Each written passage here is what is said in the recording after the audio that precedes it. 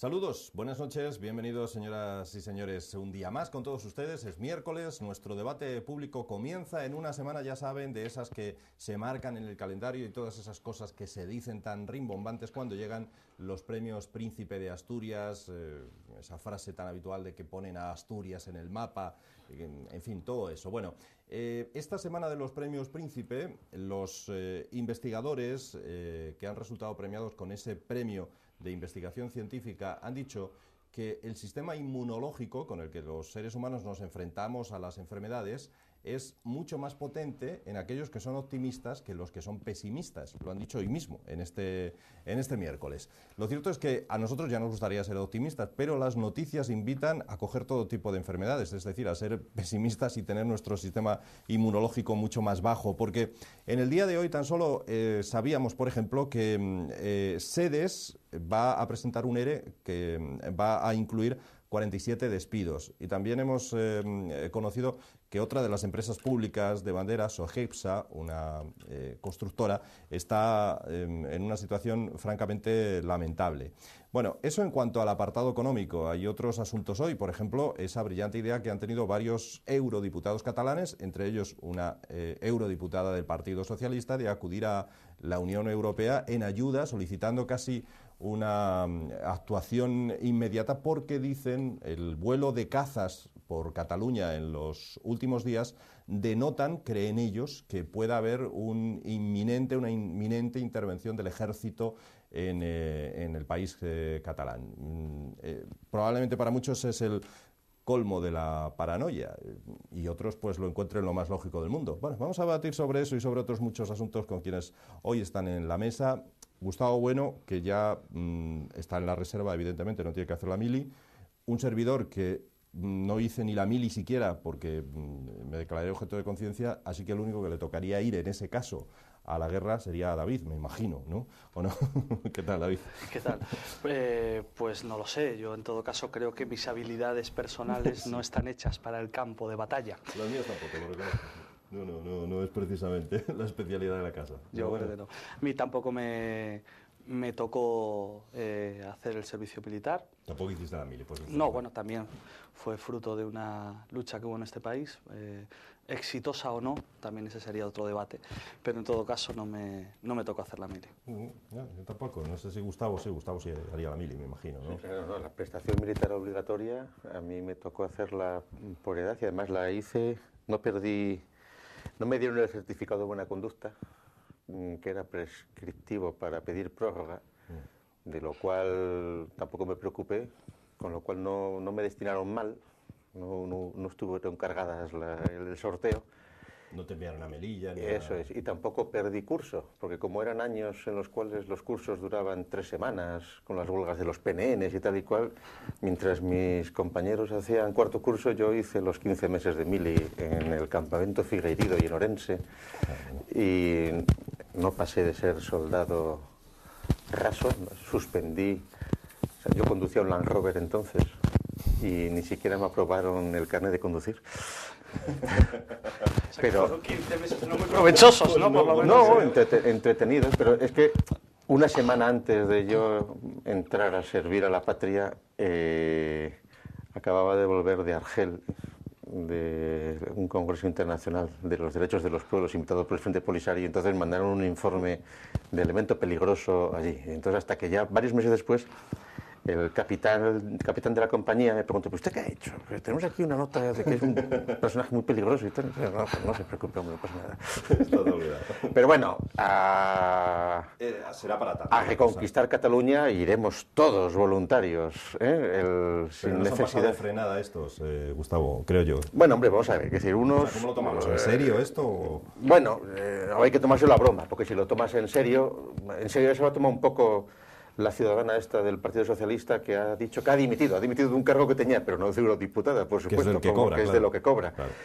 Esto es, dentro del cachondeo de Europa, yo creo que esto es inocuo. Es decir, existen un montón de ciudadanos que son eurodiputados, cada uno genera otros 4 puestos de trabajo, etcétera, etcétera. Es decir, es un tinglao de la burocracia europeísta, y entonces algo tendrán que hacer. Entonces les ha ocurrido esta mamonada. Y la cosa, o sea, lo que peor les puede parecer seguramente es que nos lo tomemos a cachondeo, como en realidad se está pasando en general con todos estos alegatos de más, etcétera, etcétera. Es un asunto que ya hemos hablado 1000 veces, pero me consta, por ejemplo, que personas cualificadas del PNV del País Vasco están muy preocupados por lo que está sucediendo, porque, vamos, a ellos ni se les ocurre en estos momentos plantear o querer profundizar en una vía secesionista, que es tal como están las cosas. Y Cataluña seguramente está cometiendo unos errores profundos ahí, prácticos, reales, que sí, que ahora es absolutamente inviable cualquier operación de estas, pero bueno, que sí, que tampoco pasa nada. David. Bueno, en todo caso, yo es que creo que no es el debate. Esto no es más que un capote torero para que tanto pues las ciudadanas y los ciudadanos, también los catalanes incluso, que pueden querer la independencia de su territorio, entren a debates que no son los que tocan ahora. Porque el debate que hay de fondo es que tanto Artur Mas en Cataluña como Mariano Rajoy están aplicando las mismas recetas como buenos mamporreros de la minoría privilegiada que está siendo aún más privilegiada gracias a esta crisis. Y yo creo que ese es el debate. Entonces yo no me quiero entretener mucho en estas otras cosas, ¿no? Entiendo que es un debate que está de actualidad y que hay que sacarlo, pero también habría que preguntarse el por qué está de actualidad. Y yo no sé si el Estado español tiene previsto desplegar el ejército en Cataluña o no. En todo caso, si lo hiciera, estoy convencido que también sería como una cortina de humo más para tapar lo verdaderamente importante. Yo ya lo he dicho en alguna otra ocasión aquí, soy firme partidario del derecho a autodeterminación y caso de que los catalanes entiendan, esos ciudadanos que se quieren secesionar de España, pues bajo mi punto de vista deberían de estar en su derecho. Pero ya está. Quiero decir, dicho esto, ya está. Es que ni creo que a los propios ciudadanos catalanes esto sea lo que les quite el sueño ahora mismo. Es decir, estamos en otro momento de la realidad y todo lo que sea alejarnos de entender lo que nos pasa y a dónde nos quieren llevar, quien está haciendo eso nos está engañando y nos está entreteniendo a la ciudadanía. Sí, en este sentido, que sean eurodiputados quienes se meten en estos berenjenales viene muy bien porque sirve para apuntar la superestructura que es Europa y como la única solución, entre otras cosas, para resolver la triste situación económica en la que estamos pasa seguramente por irse de Europa, irse del euro y reemprender un camino de otra manera sin estar sometidos a la tortura de unos especuladores monetarios que están determinando absolutamente y que no es ni siquiera Alemania, es decir, que son otro tipo de fuerzas. Aunque les echamos la culpa, no es el caso. No, que va. Que sí, vamos a ver, lo hemos hablado 1000 veces. Aquí la ideología, el fantasma que es Europa, y que los ideólogos europeístas creyeron que iban a poder enfrentarse a los Estados Unidos del Norte de América creando una moneda común que iba a ser más potente porque iba a ser una moneda de 500 millones de personas, etcétera, como son charlatanes de feria, no se dan cuenta que una moneda tiene que estar detrás de un Estado fuerte que sostiene la moneda y no de una reunión totalmente dislocada de un montón de paisitos, y entonces el ataque al euro es del dólar y del renminbi, y Europa, pues nos seguimos creyendo que somos estupendos, no tiene ningún sentido.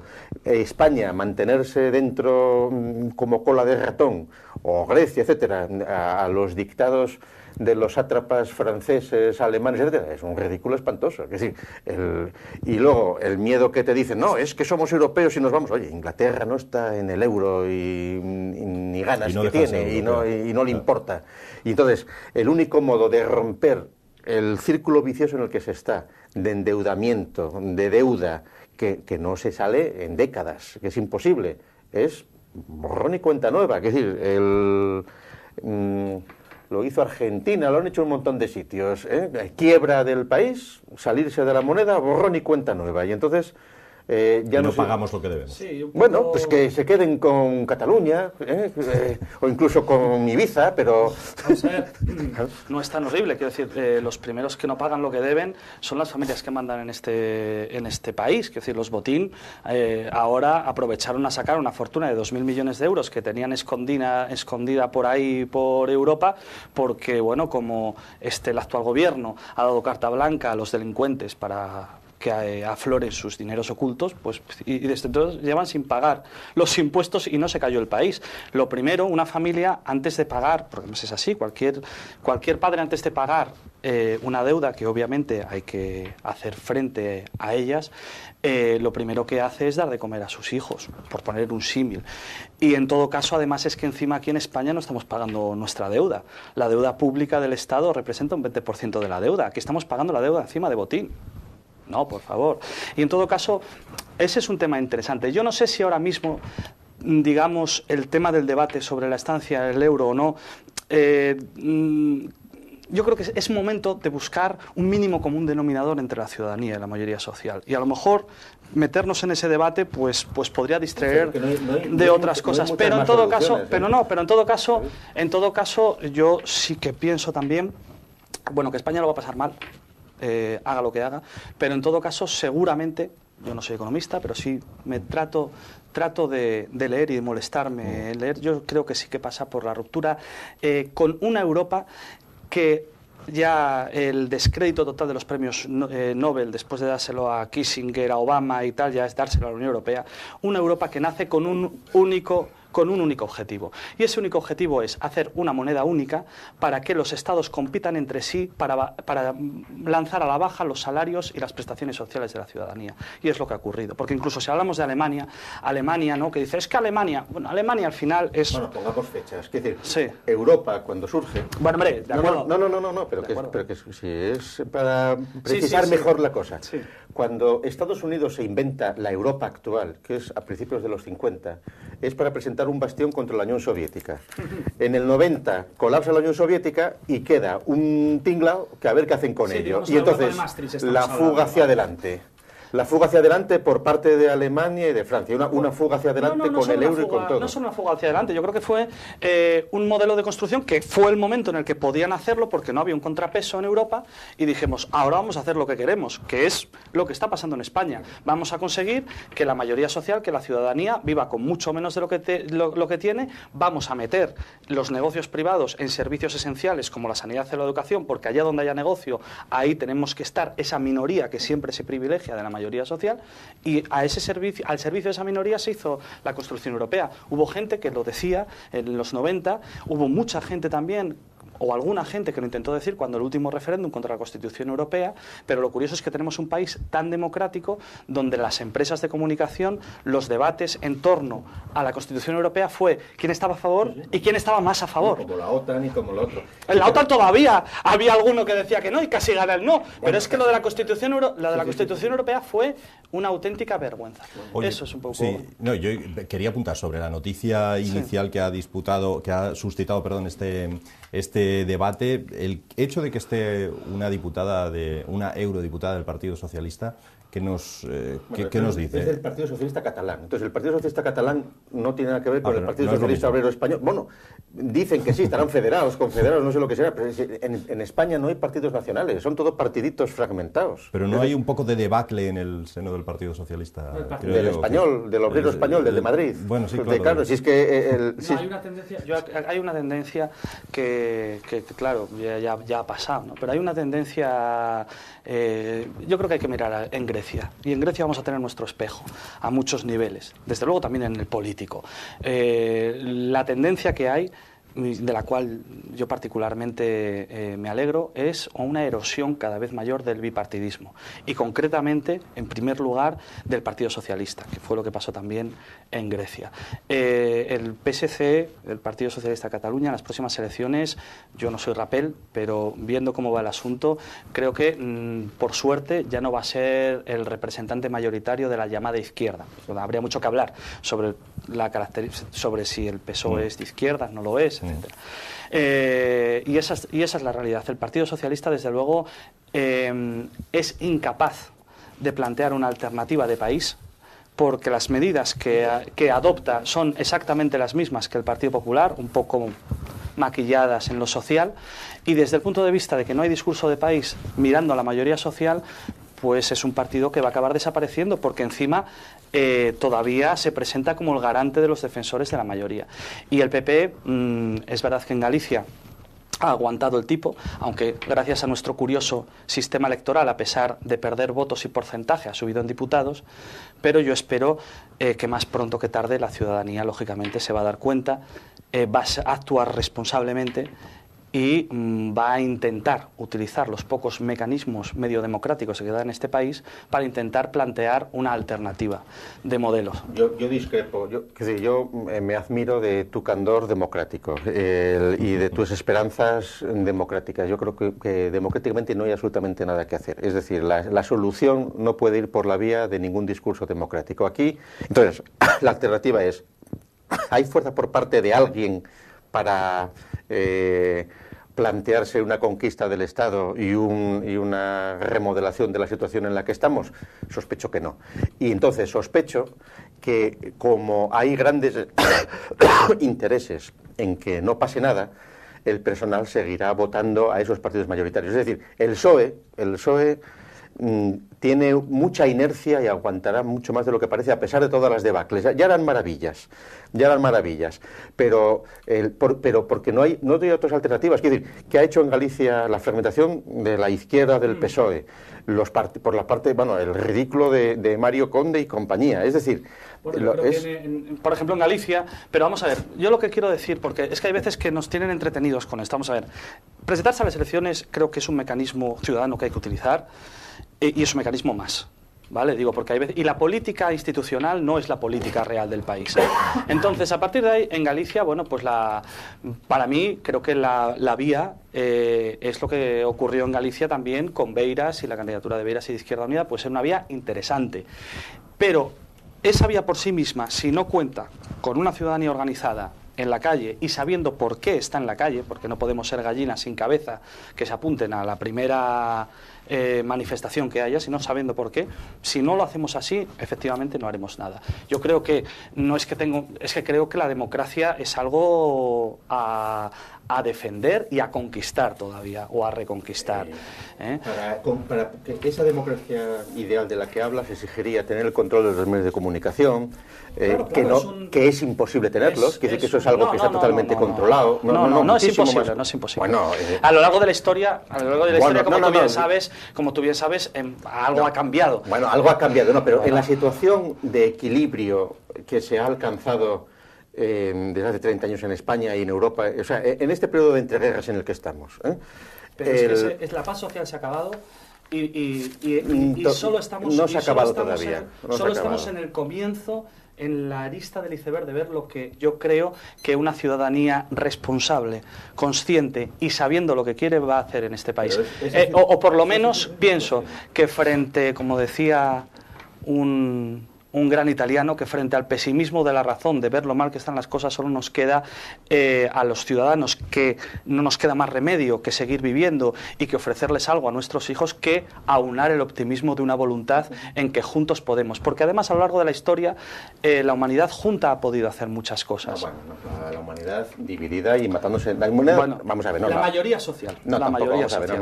Yo matizaría. Y mira, la humanidad esa que tú dices no existe. La mayoría social. No, tampoco hay mayoría social. Es decir, en la Primera y Segunda Guerra Mundial los proletarios de un sitio se mataban con los proletarios de otro sitio. Entonces ahí la mayor gloria de la minoría. Pero que ahí se demostró que las clases sociales estaban fragmentadas por naciones y por estados enfrentados. No sé, eso ya se sabía de antes. No se sabía, perdona. En la Primera Guerra Mundial, cuando era abajo a las armas, proletarios no atacarse a nosotros, eso se demostró que eso cascaba. Muy acertadamente, pero bueno. Entonces, el asunto ahora, por ejemplo, tú has dicho el modelo de Grecia. Claro, el modelo de Grecia se puede incrementar un malestar, pues eso, los del amanecer ardoroso, estos que ya tienen el 15%, algo así. Aquí la suerte que tenemos en España es que ese campo electoral lo está cubriendo UPyD, que es un partido que... No compararía a amanecer por eso acabo de decir... Dorado. Por eso acabo de decir que es la suerte que tenemos en España. Quiero decir que el discurso de la antipolítica, de la desafección... No es el partido nazi de... Vamos a ver, que lo que estoy diciendo, a ver si me entendéis, que la suerte que tenemos en España es que el discurso de la antipolítica que se extiende interesadamente en España lo está patrimonializando UPyD, que es un partido que desde luego no es violento. Y Bildu en el País Vasco, yo lo compararía esto más con Bildu o con CiU. Oye, ya que hablamos del País Vasco, y por no entretenernos más en este asunto, ¿qué os parece que el secuestrador de Ortega Lara, el etarra Bolinaga, saliera del hospital ayer para seguir en su casa el tratamiento? Ha dicho el Sindicato Unificado de la Policía que lo que desea es que no siga vivo dentro de un mes. Es una forma de decirlo. A ver, ¿qué os parece estos asuntos? Aquí, esto es muy sencillo, es decir, la ley dice que los enfermos en fase terminal tienen derecho a morir tranquilamente en su casa, lo cual está muy bien. Se podía haber esperado un poco, ¿no? Pero entonces, el asunto es que es fase terminal, porque claro, yo estoy en fase terminal, y tú. Todos estamos de aquí en a fase 100 años terminal. todos calvos, Claro. Y entonces, ¿cuál es el momento? Claro, tenemos los ejemplos de los secuestradores libios, cuando los ingleses también en fase terminal les devolvieron a Libia y todavía vivieron 3 o 4 años. Claro, dicen, es que le quedan 6 meses, le quedan 9 meses. Claro, este asunto es un asunto chapucero, mal hecho. En la situación en la que está Bolinaga hay muchísimos presos comunes y políticos en las cárceles. Seguro. Que tendrían derecho a ir a sus casas también. Y entonces el criterio, los jueces están asustados, no han sabido tomar las medidas, porque lo que el vacío está en definir qué es la fase terminal. Claro, la fase terminal se supone que alguien que se está muriendo es cuando estás en el hospital y te mandan a casa para que te mueras en la cama, ¿no? Para que te mueras en paz, cuando te desahucian. Eso es la fase terminal de un enfermo. Cuando ya al hospital ya dicen ese encarnizamiento terapéutico que no tenemos, vete a dormir. Ahora, este señor que vaya por su hospital, pues está por ver. Seguramente pasarán unos meses y se verá el ridículo que han hecho todos y cómo seguramente aquí detrás había mucho más de fondo del que han querido decir. David. Yo supongo que haya otros presos en idénticas características y que también hayan sido escarcelados, y otros que en idénticas características hayan quedado en la cárcel, porque la justicia, y sobre todo con una cosa como esta que estamos hablando, creo que dista mucho de ser una ciencia exacta sobre una cosa como esta. Yo lo único que tengo que decir es que me parece razonable y humanitario que una persona que se va a morir pueda hacerlo en su hogar, independientemente del delito que haya cometido, como recoge, creo que, nuestra legislación penal. Y yo sobre esto es lo único que tengo que no lo ha sido, que hacer. No, puede ser, pues que humanitario no lo es este hombre, ni muchísimos otros delincuentes presos, y muchos que no lo están. Humanitario no es esto, y es muchísimos otros delitos. No, yo solo digo que, pues, si hay una legislación, aplíquese. Y punto. Yo solo tengo que decir sobre este asunto. Lo grave en este asunto es la apología del terrorismo que hacen quienes le han jaleado ayer. Eso sí que es otro asunto. Porque una cosa es que a título particular él con su familia vaya allí, y otra cosa es que se organice en torno suyo una apología del asunto. Porque con ese mismo argumento, moriturus son todos los que están en la cárcel. Depende de cuándo. Claro, depende de cuándo. Y entonces no está nada claro ahí los plazos. No es nada fácil de medir eso. Y con los mismos criterios, decían algunos medios que podrían estar 600 presos, tenían que soltar 600 pesos. Con la misma razón, porque ¿por qué no? Pero bueno, esto entra dentro del cachondeo en el que estamos. Bueno, queremos pasar a asuntos relacionados con Asturias. Podemos hablar de sedes, de SOGEPSA, cómo no, de los premios Príncipe, y aprovechamos la presencia aquí también de David, porque organizaciones sociales asturianas ya saben que han llamado a movilizarse en esa ceremonia de entrega de los premios Príncipe. Queremos hablar de todo ello, pero vamos a hacer una pausa para no dividirlo, y a la vuelta prometemos hablarles de Asturias.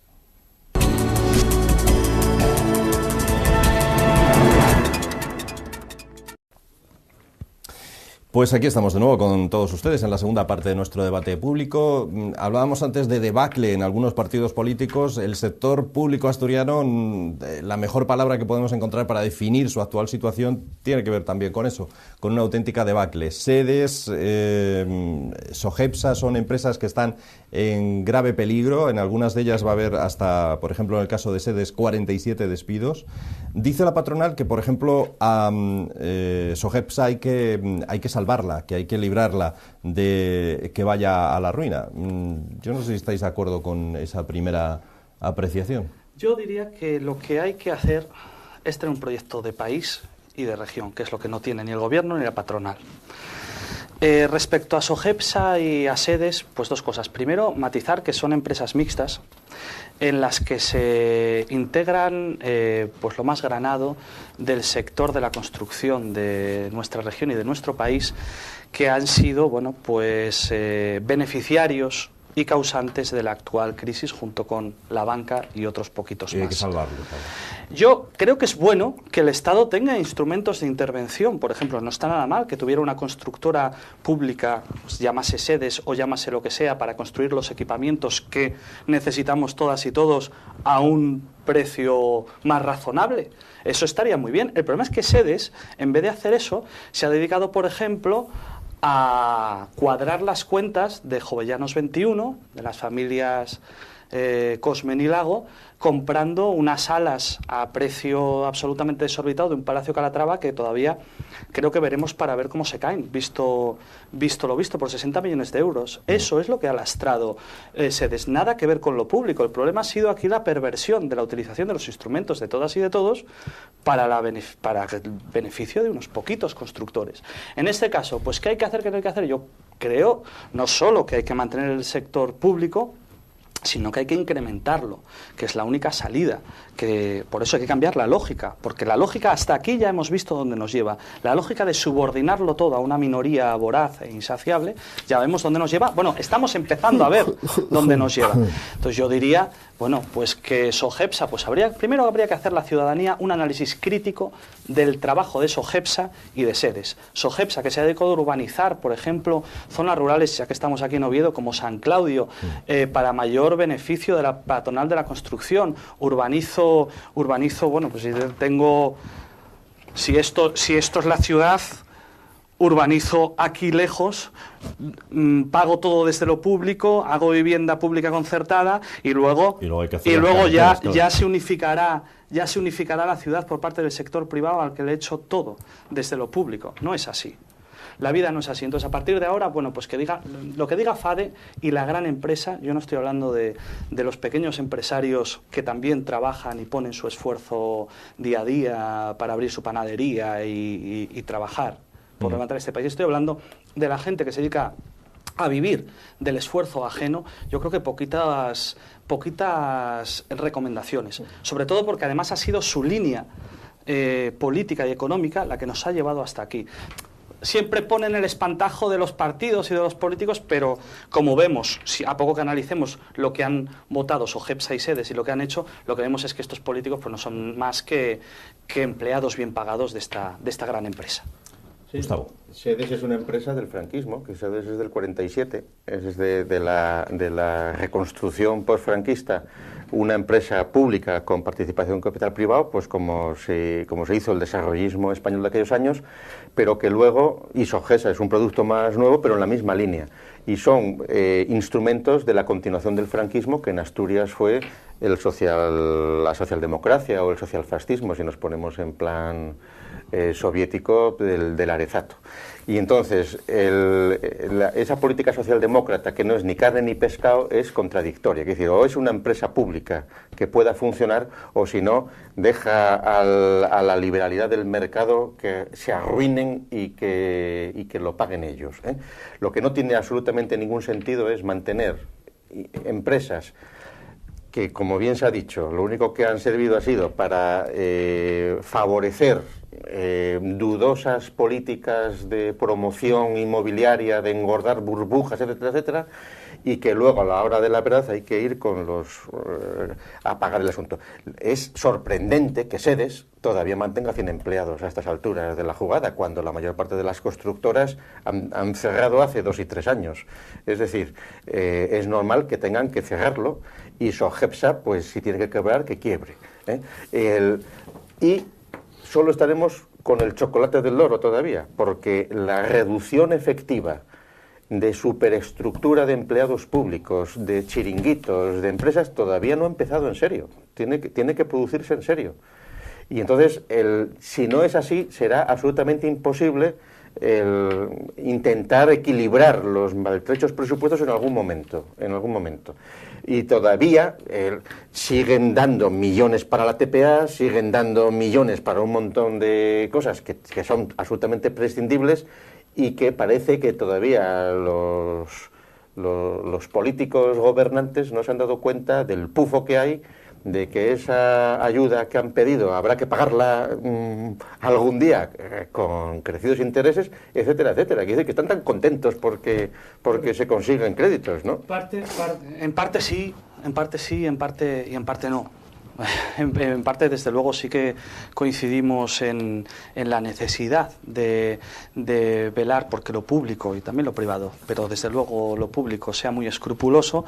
Pero, por ejemplo, creo que dejar actuar el mercado en libertad y demás, eso no es ninguna opción, ni nunca lo ha sido en la historia. Entonces, es decir, esa no es una opción. La opción que hemos tenido en este país y en todos ha sido la de un capitalismo voraz que siempre tiende, por definición, al monopolio y un Estado al servicio de los intereses de una minoría. Bueno, con paréntesis como el llamado Estado del Bienestar, donde hubo cierta paz social y otras cosas.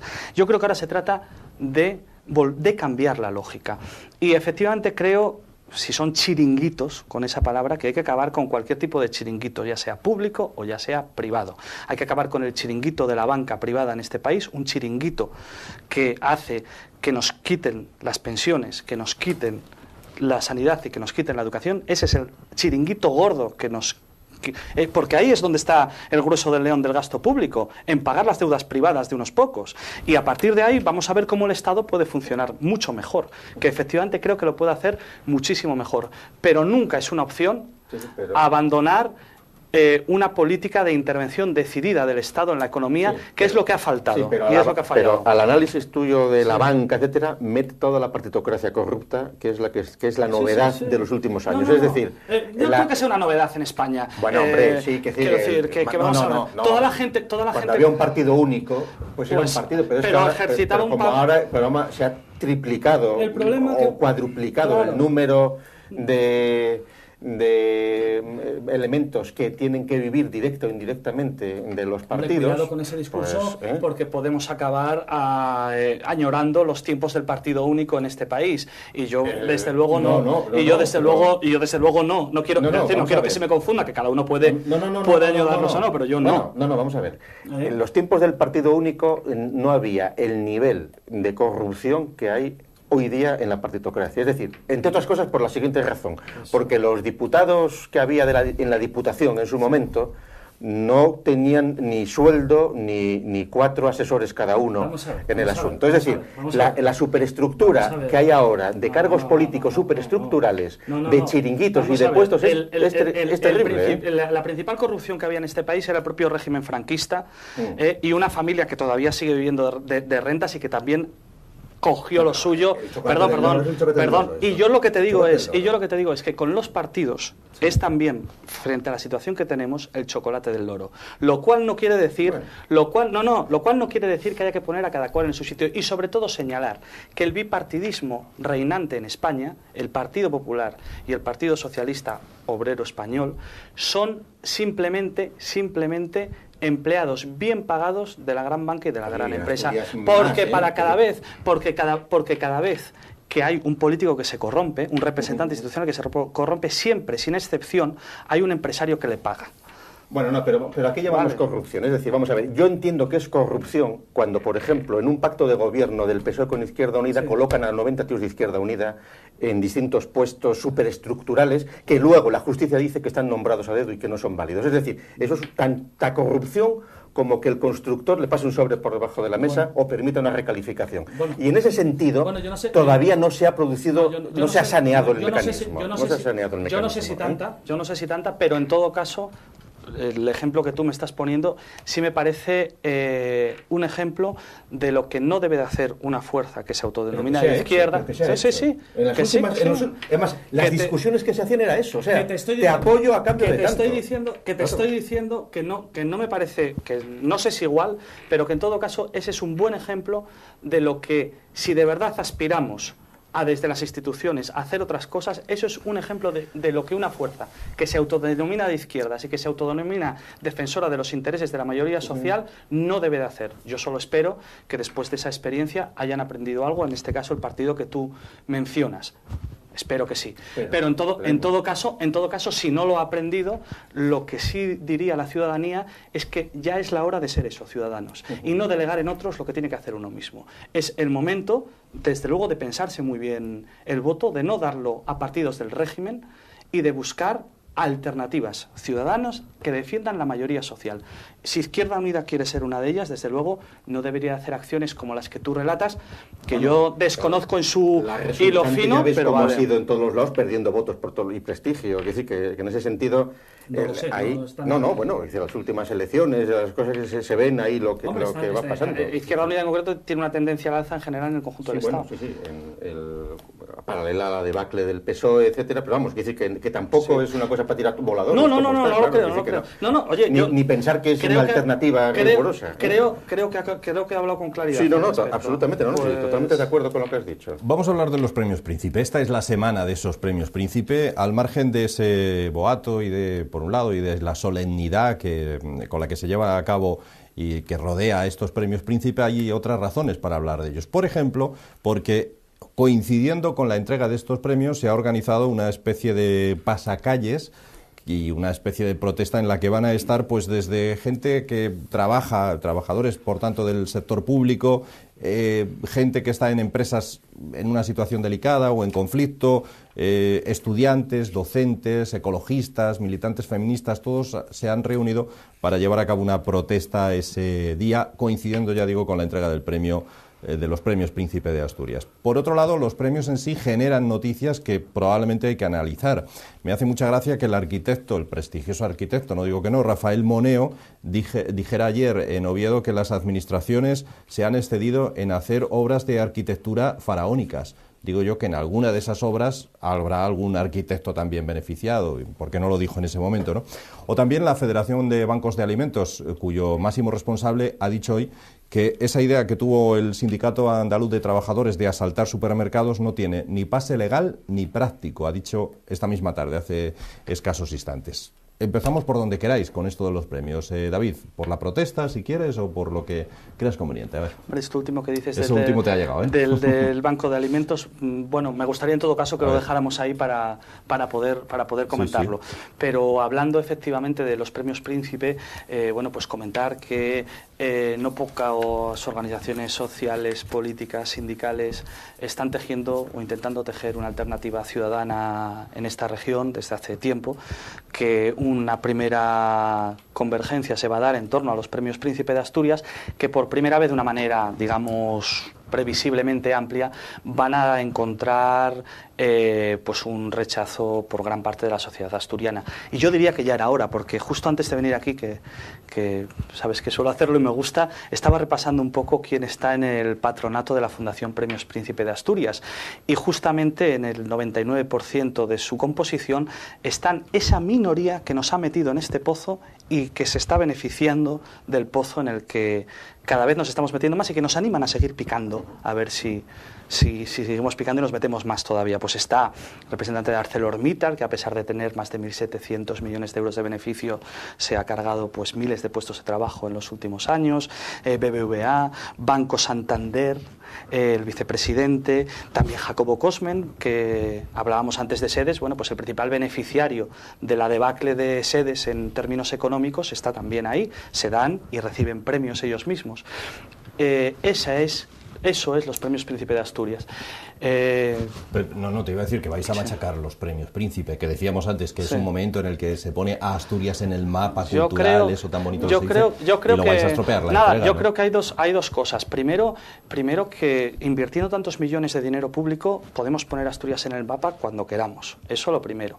Y segundo, que estos premios nacieron con el objetivo declarado, está en el artículo 1 de sus estatutos, de promocionar la figura del actual monarca y herederos entre la población, porque cuando nacieron nadie daba un duro porque esta gente continuara mucho tiempo, ¿no? Y a eso se han dedicado. Es un premio donde, curiosamente, el prestigio a los galardones lo da... O sea, los premiados son los que dan prestigio a los galardones y no los galardones a los premiados. Es decir, es un baño de popularidad de esta persona y sobre todo de estos otros que están detrás sosteniéndole. Gustavo.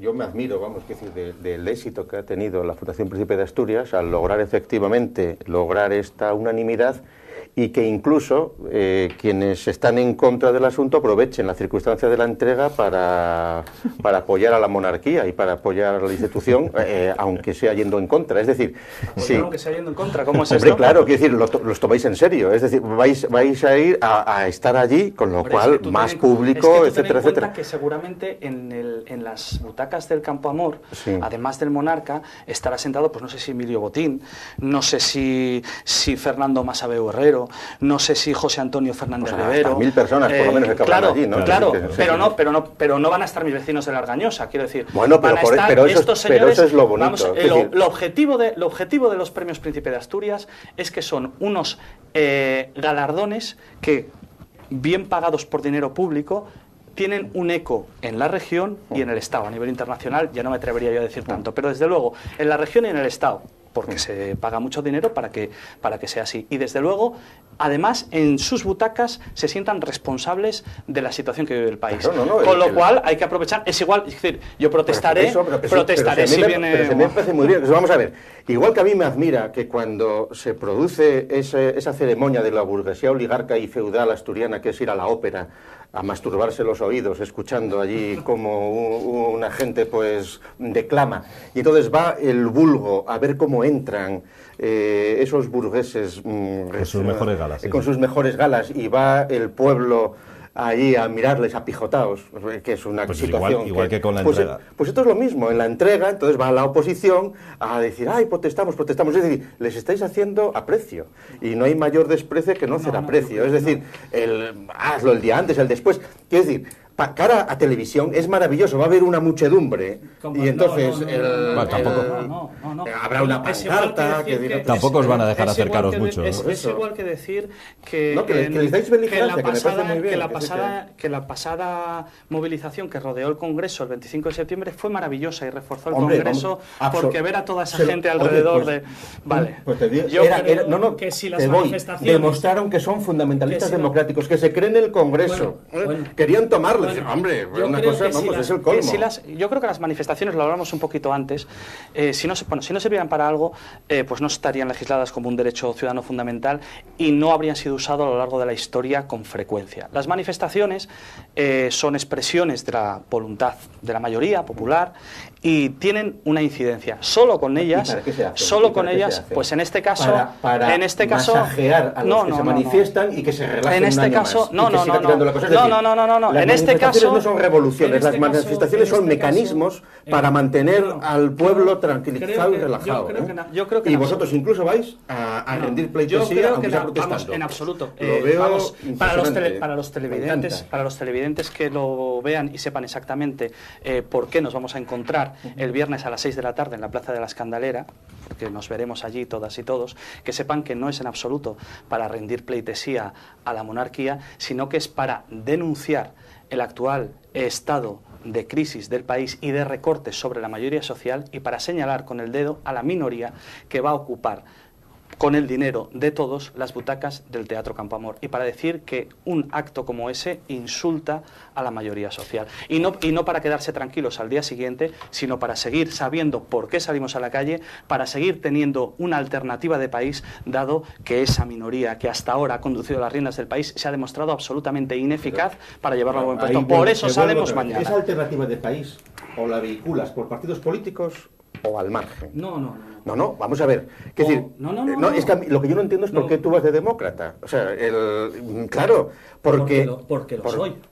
No, pero entonces esa es la contradicción. Es decir, es contradictorio pretender vehicular una alternativa de país si eres demócrata, con lo cual tienes que asumir el resultado de las elecciones, y que tenemos los representantes que van a ir todos ahí al Campo Amor, los diputados, los alcaldes, los delegados, esos son los representantes del pueblo por las elecciones, por la democracia, con lo cual el derecho al pataleo ese es antidemocrático. O sea, no estás reconociendo, no estás satisfecho con tus partidos. Primero, lo que creo que es muy poco democrático es la llamada democracia española, fruto de una transición que debería llamarse más bien transacción, que se debería llamar transacción, y que desde entonces para acá no ha hecho más que empeorar y no ganar en mecanismos de participación y de democracia. Es el momento. Y luego el derecho a manifestación, como tú bien sabes, es un derecho fundamental y democrático de la ciudadanía. Y democrático. Es una conquista de la mayoría social. El derecho a tener... El derecho a la manifestación es una burda maniobra de la burguesía para que estés ahí entretenido. Hombre, desde luego, desde luego, lo que yo no voy a hacer, desde luego, lo que yo no voy a hacer es quedarme cómodamente instalado en el sofá de mi casa contemplando el fin de este país, porque creo que es sumamente irresponsable. Y menos viendo por televisión, como hará mucha gente, la entrega de los premios. Pues efectivamente. Por cierto, que se va a poder ver a través de la página de Teleasturias. No sé si la protesta, digo, el acto sí. La protesta también, porque este es un medio que sí que da cabida a todas las voces. La protesta la estamos anunciando ya, pero lo que es el acto en sí se va a poder ver a través de la página de Teleasturias, correcto. Lo más grave quizá, David, es que no os van a hacer ni caso. O sea, que como decía Gustavo, que se han hecho una, 10, 20.000 manifestaciones. Vamos a pues bueno, en el juego democrático son necesarios que vayan. Vamos a ver, ahora hay un discurso que se nos instala, y es que el votar no vale de nada, el manifestarse no vale de nada, y nada vale de nada. Lo que debe de valer para algo es quedarse como una ameba, que es ser unicelular sentado en el sofá de casa. Yo creo que el volver a acordarse de que somos ciudadanos y ciudadanas, que somos una especie que tiene la capacidad de incidir sobre su entorno de manera consciente, nos debería de hacer pensar que si a lo largo de la historia, gracias a movilizaciones, a votaciones, a un sinfín de métodos de análisis de la realidad y de lucha, hemos sido capaces de modificar nuestras condiciones para mejor, hay que volver a hacer esto con redoblada fuerza, porque si no lo hacemos ahora y nos quedamos cómodamente, porque total para lo que sirve, dentro de 2, 3 años nos vamos a encontrar en este país con salarios de miseria, sin sanidad ni educación, y claro que valen. Lo que efectivamente habrá que hacer, y la ciudadanía va tomando conciencia y va debatiendo, pues seguramente habrá que tender hacia otro tipo de modelo movilizador que aúne más cosas. Yo creo que el 25 de septiembre en el Congreso, a pesar de lo que planteaba el contertulio, es una muestra de por dónde deben de ir las cosas. Es decir, el país no puede funcionar con normalidad si se está saqueando a este país y a su mayoría social, y habrá que hacer lo que haya que hacer para evitarlo. De momento, el jueves hacer un pasacalles y el viernes concentrarnos a las 6 de la tarde en la Plaza de la Escandalera. Después, pues escucharemos las opiniones de otros ciudadanos, como puede ser tú, que nos puede indicar a lo mejor cómo podemos ser más eficaces. Yo tengo que estar... Gustavo no va a estar en la entrega de los premios Príncipe, ¿ves? El sábado tengo una conferencia en Talavera de la Reina y luego tengo que ir a la conferencia de Sendero Luminoso que se celebra en Madrid. Entonces, bueno, no vas a estar en los premios Príncipe, aunque estamos invitados. Pero no... Pues a la vuelta de este fin de semana igual nos puedes también dar otra idea para ser más eficaces. Pues, sí. Prepararse para lo que va a venir. Y prepararse para lo que va a venir consiste más que en hacer manifestaciones pacíficas protestando de forma totalmente domesticada y acorde con lo que está previsto, pues seguramente es ir preparándose para otros procesos cuando está a punto de terminar el periodo entre guerras. Y entonces es la única alternativa. Bueno, yo quiero pensar... Tener fuerza. Yo quiero pensar que la fuerza en una sociedad que se reclama democrática la podamos conseguir expresando la opinión de la mayoría social y presionando dentro de unos límites pues cabales. Quiero pensar, espero, bueno, no, yo no los llamaría domesticados, yo no los llamaría domesticados. En todo caso, bueno, pues espero que de verdad este país no se vaya por el desagüe y seamos capaces de reconducirlo antes de que sea tarde. Oye, de lo que han dicho hoy algunos premios Príncipe, por ejemplo, esto otro que había quedado ahí, Rafael Moneo, el arquitecto, o la Federación del Banco de Alimentos, que dice que el asalto a supermercados, recuerden ustedes que cuando se asaltaron supermercados... Más grave ha dicho el señor ha dicho, no hay falta de alimentos en el mundo, sino de reparto. Claro. Y somos nosotros los que lo vamos a repartir. Cuando ese banco de alimentos es una superestructura absolutamente intrascendente que es un creer que se hace algo, y que cambian unos, porque tú calculas todos los kilos de comida que dicen que circulan al año y eso pues, que es el chocolate del loro otra vez. Y encima, con una satisfacción psicológica de los que están detrás de esas operaciones que piensan que han resuelto el mundo. Es decir, es una cosa de una ingenuidad tan grande que sirve muy bien pues para lo que es esto, pues para masajear a la población democrática y decirle, qué buenos somos. Casi la pena es que no le hayan dado el premio a la Unión Europea, que ahí los del Nobel se han adelantado, joder, que bueno, han andado más vistos. Si el año que viene existe, se barajará esa posibilidad, si es que existe. Puestos a seguir en la senda del humor negro, no digo yo que no. No digo yo que no. En todo caso, una cosa sí es cierta, es decir, que es verdad que existen alimentos, bueno, más que de sobra, es decir, que hay una capacidad para producir, yo leía hace poco, alimentos para alimentar una población 6 veces superior a la actual en el mundo. El mundo podría hacerlo con las actuales técnicas de cultivo y demás. Lo que sí efectivamente comparto con el contertulio es que el Banco de Alimentos no creo que sea la institución llamada a acabar con la desigualdad en el mundo. Leía el otro día, que esto lo conocerá este señor también, leía un poquito antes de venir aquí, una cosa muy interesante, que es el índice de Gini. Nos hablan mucho del índice todo el día, la prima de riesgo, la bolsa, que vamos... Cierto, es un índice introducido por un economista fascista italiano. Pues lo desconocía completamente. En el año 27. Te agradezco el apunte, en todo caso estuve, porque yo reconozco que lo conocí hace poco, y me pareció un elemento muy interesante, ¿no? Mide el índice de desigualdad de las sociedades, con unos, bueno, yo estoy viendo los valores muy adecuados. España, bueno, no os lo quiero ni contar, en Europa está a la cola de todo. Está el segundo, justo por detrás de Portugal. Y Grecia está mejor que nosotros. Está mejor que nosotros, hay menos desigualdad. España es campeona, por ejemplo, en paro, es campeona en salarios mínimos, con lo cual se demuestra que bajando el salario... También campeona de Europa de fútbol, cuidado. También, efectivamente. Con lo cual se demuestra también que no necesariamente bajando los salarios vamos a tener más puestos de trabajo. Eso es algo que cualquiera... Hay que repetirlo muchas veces para que la gente se confunda. Es decir, es que trabajando más horas y cobrando menos va a haber más gente que encuentre trabajo. Eso es una mentira que solo se sostiene a base de repetirla. Bueno, pues esa es la realidad. Y efectivamente, hay que empezar a hablar de estos índices, que son los que importan a la ciudadanía, porque además, detrás de estos índices está que cuando una sociedad llega a límites, como está llegando España, de desigualdad insoportable, empieza a quebrarse también la paz social mínima para poder vivir en el barrio, para que no haya una delincuencia pequeña. De México y otros un minuto, que es lo que nos queda. No es tan mecánico. Pues te recomiendo no vivir en determinados barrios de México DF.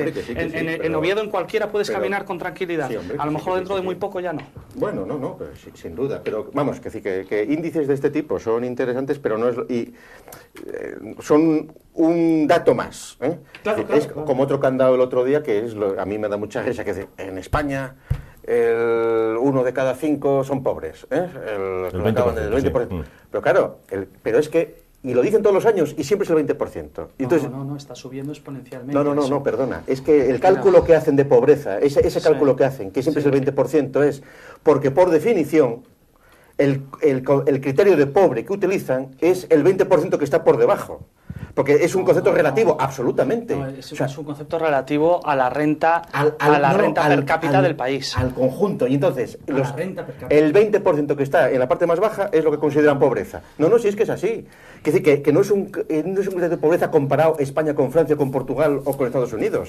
Con lo cual siempre sale 1 de cada 5, siempre sale el 20% por definición del concepto. Tiene que ver en relación con la renta per cápita del país. Sí, tiene que ver con eso. Tiene que ver con eso. Y el parámetro que dicen es el 20%. Y en la medida que hay una desigualdad cada vez mayor, eso cada vez crece. Un país más rico, pues sus pobres quizás sean un poquito más ricos que en un país más depauperizado, eso es evidente. Sí, pero que no me estás entendiendo lo que te digo. El criterio que ponen de umbral de pobreza es haciendo el producto el 20%. Y es así de ridículo. Pero investígalo, míralo. Entiendo lo que dices. Mírate lo del índice del fascista italiano y de esto. Entiendo lo que dices y desde luego lo que sí veo, por ejemplo, y investigaré lógicamente cómo consiguen estos índices de pobreza, pero quiero decir que los índices de pobreza están subiendo exponencialmente en España. Ahora, digo que ahora mismo el doble. Tremendo. Y lo que viene. Por ejemplo, la infancia que está bajo el umbral de la pobreza en comunidades como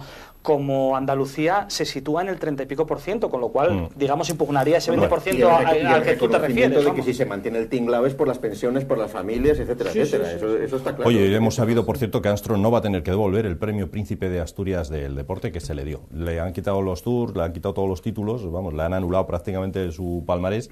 Pero el premio Príncipe de Asturias no se lo van a quitar. Yo creo que Armstrong estaba preocupado justamente por esto. Sí, seguramente. David, muchas gracias por estar en este debate hoy. Gracias. Igualmente, Gustavo. Igualmente.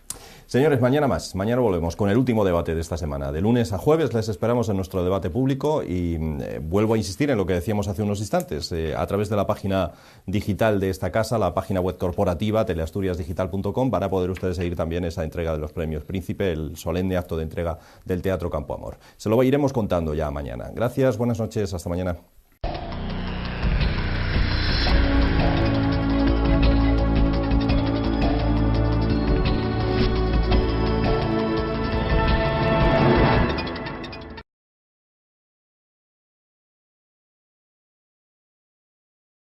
Es un tinglao de la burocracia europeísta y entonces algo tendrán que hacer. Entonces les ha ocurrido esta mamonada.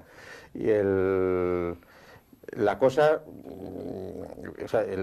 lo que peor les puede parecer seguramente es que nos lo tomemos a cachondeo, como en realidad se está pasando en general con todos estos alegatos de más, etcétera, etcétera. Es un asunto que ya hemos hablado 1000 veces, pero me consta, por ejemplo, que personas cualificadas del PNV del País Vasco están muy preocupados por lo que está sucediendo porque, vamos, a ellos ni se les ocurre en estos momentos plantear o querer profundizar en una vía secesionista, que es tal como están las cosas. Y Cataluña seguramente está cometiendo unos errores profundos ahí, prácticos, reales. Es decir, que ahora es absolutamente inviable cualquier operación de estas, pero bueno, es decir, que tampoco pasa nada. David. Bueno, en todo caso, yo es que creo que no es el debate. Esto no es más que un capote torero para que tanto pues las ciudadanas y los ciudadanos, también los catalanes incluso, que pueden querer la independencia de su territorio, entren a debates que no son los que tocan ahora. Porque el debate que hay de fondo es que tanto Artur Mas en Cataluña como Mariano Rajoy están aplicando las mismas recetas como buenos mamporreros de la minoría privilegiada que está siendo aún más privilegiada gracias a esta crisis. Y yo creo que ese es el debate. Entonces yo no me quiero entretener mucho en estas otras cosas, ¿no? Entiendo que es un debate que está de actualidad y que hay que sacarlo. El sorteo. No te enviaron a Melilla. Eso es, y tampoco perdí curso, porque como eran años en los cuales los cursos duraban 3 semanas, con las huelgas de los PNNs y tal y cual, mientras mis compañeros hacían cuarto curso, yo hice los 15 meses de mili en el campamento Figueiredo y en Orense, y no pasé de ser soldado raso, suspendí. O sea, yo conducía un Land Rover entonces, y ni siquiera me aprobaron el carnet de conducir.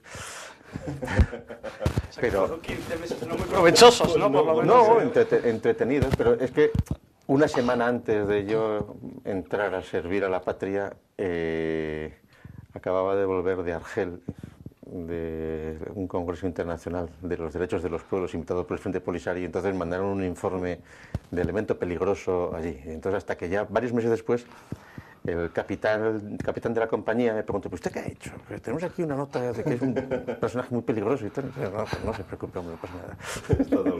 Pero bueno, será para tanto, a reconquistar Cataluña iremos todos voluntarios, sin necesidad de frenada estos, Gustavo, creo yo. Bueno, hombre, vamos a ver, es decir, unos... ¿Cómo lo tomamos? ¿En serio esto? Bueno, hay que tomárselo a broma, porque si lo tomas en serio se va a tomar un poco la ciudadana esta del Partido Socialista que ha dicho que ha dimitido de un cargo que tenía, pero no de eurodiputada, por supuesto, que es de lo que cobra. Claro.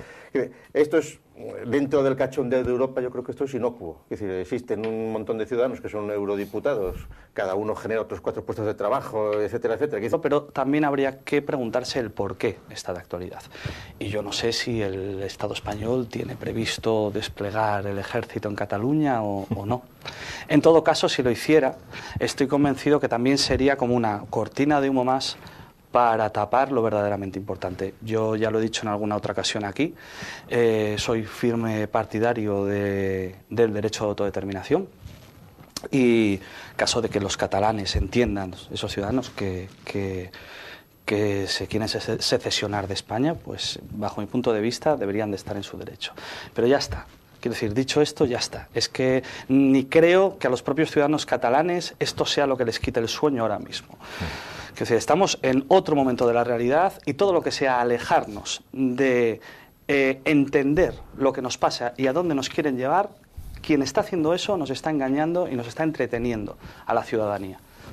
Sí, en este sentido, que sean eurodiputados quienes se meten en estos berenjenales viene muy bien porque sirve para apuntar la superestructura que es Europa y como la única solución, entre otras cosas, para resolver la triste situación económica en la que estamos pasa seguramente por irse de Europa, irse del euro y reemprender un camino de otra manera sin estar sometidos a la tortura de unos especuladores monetarios que están determinando absolutamente y que no es ni siquiera Alemania, es decir, que son otro tipo de fuerzas. Aunque les echamos la culpa, no es el caso. No, que va. Vamos a ver, lo hemos hablado 1000 veces. Aquí la ideología. La Unión Europea en ayuda, solicitando casi una actuación inmediata porque dicen el vuelo de cazas por Cataluña en los últimos días denotan, creen ellos, que pueda haber una inminente intervención del ejército en el país catalán.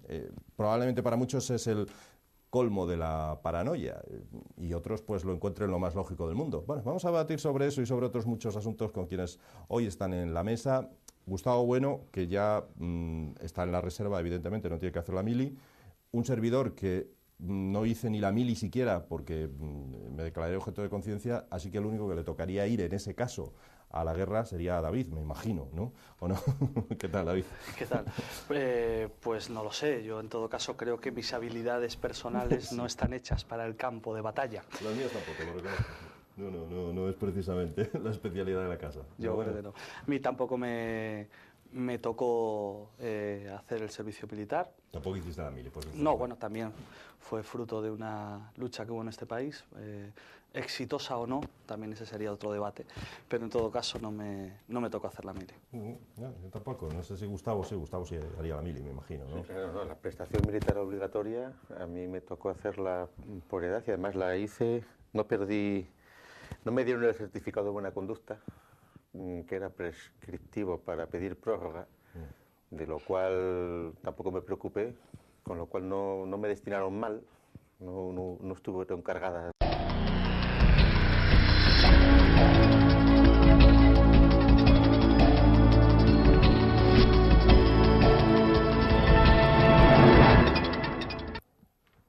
¿Y eso? Saludos, buenas noches, bienvenidos señoras y señores un día más con todos ustedes. Es miércoles, nuestro debate público comienza en una semana, ya saben, de esas que se marcan en el calendario y todas esas cosas que se dicen tan rimbombantes cuando llegan los premios Príncipe de Asturias, esa frase tan habitual de que ponen a Asturias en el mapa, en fin, todo eso. Bueno, esta semana de los premios Príncipe, los investigadores que han resultado premiados con ese premio de investigación científica han dicho que el sistema inmunológico con el que los seres humanos nos enfrentamos a las enfermedades es mucho más potente en aquellos que son optimistas que los que son pesimistas. Lo han dicho hoy mismo, en este miércoles. Lo cierto es que a nosotros ya nos gustaría ser optimistas, pero las noticias invitan a coger todo tipo de enfermedades, es decir, a ser pesimistas y tener nuestro sistema inmunológico mucho más bajo, porque en el día de hoy tan solo sabíamos, por ejemplo, que Sedes va a presentar un ERE que va a incluir 47 despidos. Y también hemos conocido que otra de las empresas públicas de banderas, Sogepsa, una constructora, está en una situación francamente lamentable. Bueno, eso en cuanto al apartado económico. Hay otros asuntos hoy, por ejemplo, esa brillante idea que han tenido varios eurodiputados catalanes, entre ellos una eurodiputada del Partido Socialista, de acudir a